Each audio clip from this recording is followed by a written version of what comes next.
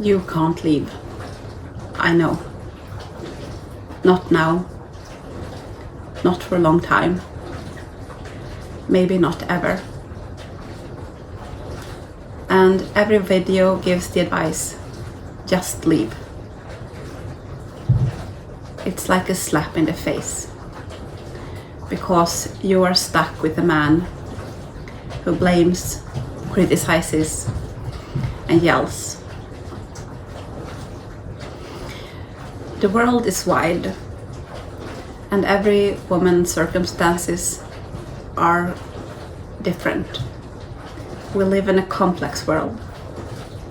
Not every woman has the opportunity to leave, and some have to wait for the right moment and survive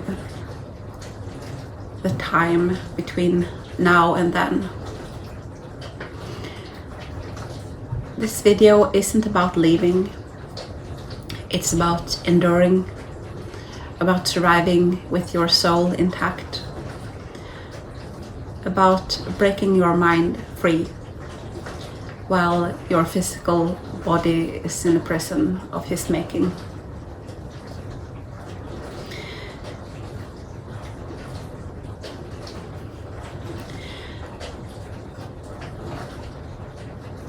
I am speaking not as a doctor, but as a woman who have lived it. For many years, I lived with an abusive man. And for many of those years, I was stuck. Not because I didn't want to leave, but because I believed that leaving at that point would have made things worse. It wasn't yet the time to leave him. And I still was able to create a space for my mind to develop and grow. I grew my mind quietly while pretending everything was fine. That's why I made this video, because I wish that someone would have spoken to me like this back then. I learned to survive in place. I stopped begging. I stopped reacting, and I focused on preserving my energy and protecting my soul. This video is about enduring.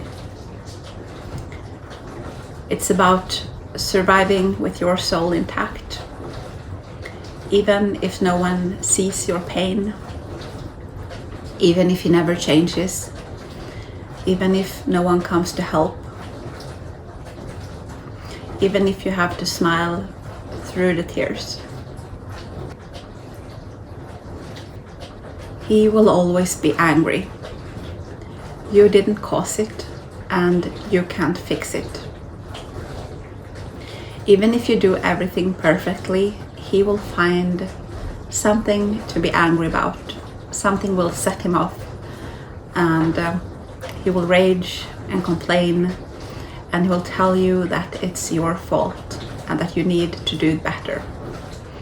That won't change. He's not a storm you can calm.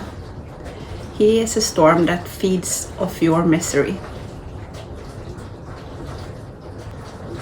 And when you stop reacting to him, when you stop showing that you're scared, when you stop apologizing, when you stop trying to make him explain himself and be in a happy mood, when you stop doing all that, he will push harder, because he likes to push your buttons and to see your reactions. So when you change the way you react, initially he will try to provoke you and push harder. That doesn't mean that you're doing it wrong. It means that your silence is having an effect. He's no longer getting the kick that he wants out of pushing you. And eventually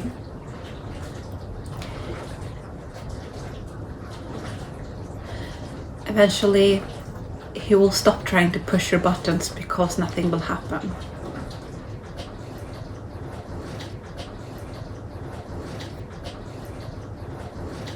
Step 1 is to detach. Do it quietly and slowly so that he doesn't react and notice that you are changing. He wants you reactive. He wants you in pieces, trying to please him. So when you don't react, when he doesn't get that kick of feeling powerful, being able to provoke you and push your buttons, initially he will ramp up the insults, the yelling, the criticism, and the control. That doesn't mean that you're doing it wrong. It means that your silence is working. Be patient. It will pass. Don't argue and don't explain.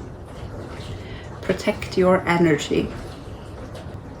You can say things like, I love you, but I don't want to fight. I hear what you're saying. I will try and do better. Just say it. Don't try. Or if the fight escalates, I need to use the bathroom, and then stay in there. Let him be angry. Let the silence hang. Let the dishes stay dirty sometimes. You're not here to manage his emotions. You're here to protect your energy. And that is sacred work. One thing that helped me was to talk back in my mind. When he told me that you're lazy, you should be doing that and that and that to be a good parent, I, in my mind, answered, well, that's not what you're doing. So if I'm lazy, then what are you? Question everything that he says to you in your mind. It will help you to not absorb his thoughts and the image and the views that he's trying to push on you. It will protect your sanity. That helped me. You are already doing too much. Stop giving the best of you to someone who just devours it. Cook simply. Rest when you can. If he's angry, let it pass through you like the wind. He will be angry. You might as well rest. You don't have to meet his rage with perfection.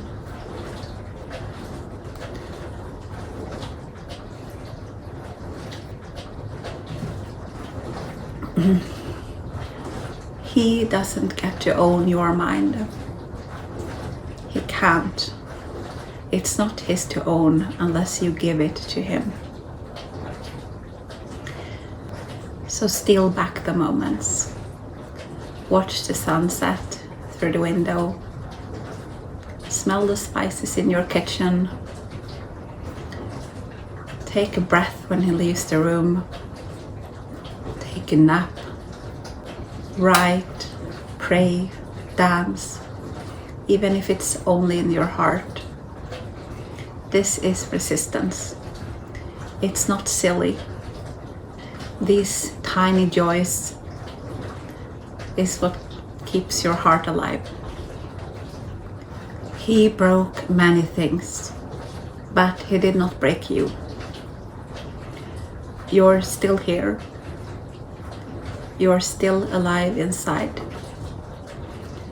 Even if you can't leave now, you can begin to rise. Calmly, powerfully. I am with you over the bridge together.